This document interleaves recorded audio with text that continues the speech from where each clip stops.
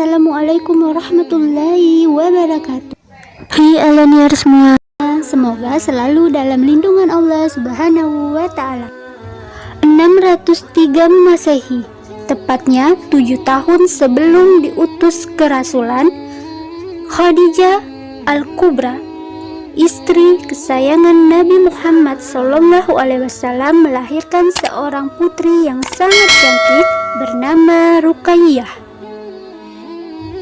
Ya, Ruqayyah binti Muhammad adalah putri Rasul, perempuan kedua setelah Zainab. Nama Ruqayyah itu sendiri berarti lembut. Di usia remaja, Ruqayyah menikah dengan Utbah bin Abu Lahab.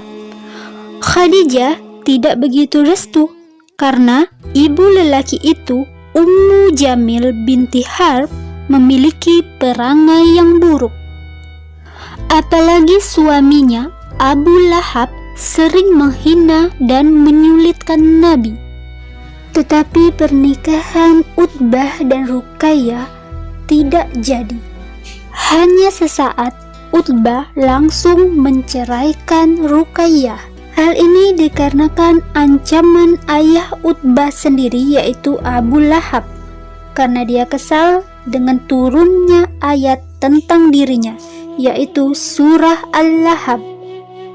Dengan penuh amarah, Abu Lahab berkata, "Hubungan kita telah putus jikalau kau tidak segera menceraikan anak perempuan Muhammad itu."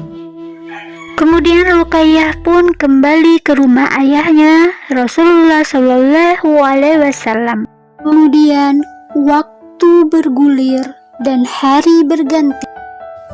Dan benar sekali, ketika kita meninggalkan sesuatu yang buruk karena Allah, Allah akan menggantinya dengan yang jauh lebih baik. Akhirnya, Nabi Muhammad menikahkan putri tersayangnya itu kepada sahabatnya, yaitu Utsman bin Affan. Seorang pemuda yang berakhlak mulia dan merupakan salah satu dari 8 orang pertama yang masuk Islam. Pasangan itu begitu ideal. Ruqayyah sendiri sering dijuluki sang pemilik cahaya karena wajahnya yang selalu bersinar. Sehingga saat dia menikah dengan Utsman, Utsman dijuluki dengan sang pemilik cahaya. Semenjak kehidupan pernikahan Ruqayyah dengan Utsman, Ruqayyah telah hijrah 2 kali. Yaps, hijrah pertama yaitu ke Habasyah. Seseorang berkata bahwa dia telah melihat putri dan menantu Nabi menunggangi seekor keledai. Rasulullah bertanya, "Bagaimana engkau melihat keadaan mereka?"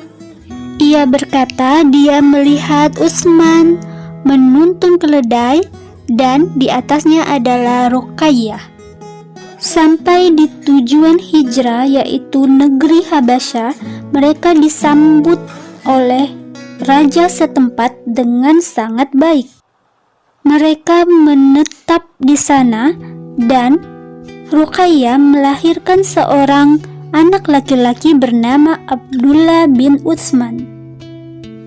Setelah beberapa lama, terdengar berita bahwa siksaan Quraisy berkurang terhadap umat Islam. Ruqayyah dan Utsman pun kembali ke Mekah. Namun setelah kembali ke sana, ternyata isu tersebut tidaklah benar. Keadaan malah semakin buruk. Dan Ruqayyah mendapati bahwa ibunya Khadijah telah wafat. Rasulullah pun menenangkan Ruqayyah sembari memeluknya. Waktu pun berjalan dan turunlah perintah untuk hijrah kedua, yaitu ke Madinah. Ruqayyah dan Utsman pun kembali hijrah. Kali ini mereka bertiga dengan putranya Abdullah. Di sana mereka hidup bahagia bersama kaum Muhajirin dan Ansar. Tetapi di sana terjadi duka, yaitu Abdullah putra mereka meninggal karena demam. Sebagian riwayat mengatakan karena luka. Ruqayyah pun sangat sedih atas kejadian tersebut, sehingga ia pun jatuh sakit. Sakit yang diderita Ruqayyah cukup parah sehingga Rasulullah SAW memerintahkan Utsman bin Affan untuk tetap tinggal menemani Ruqayyah dan melarang Utsman untuk ikut perang Badar. Utsman pun tinggal di rumahnya merawat istrinya, yaitu Ruqayyah yang sedang terbaring lemah menahan rasa sakitnya. Kemudian tepat 2 Hijrah, kaum muslimin memenangkan perang Badar. Tetapi ketika Rasulullah kembali, Rasulullah melaksanakan penguburan putrinya.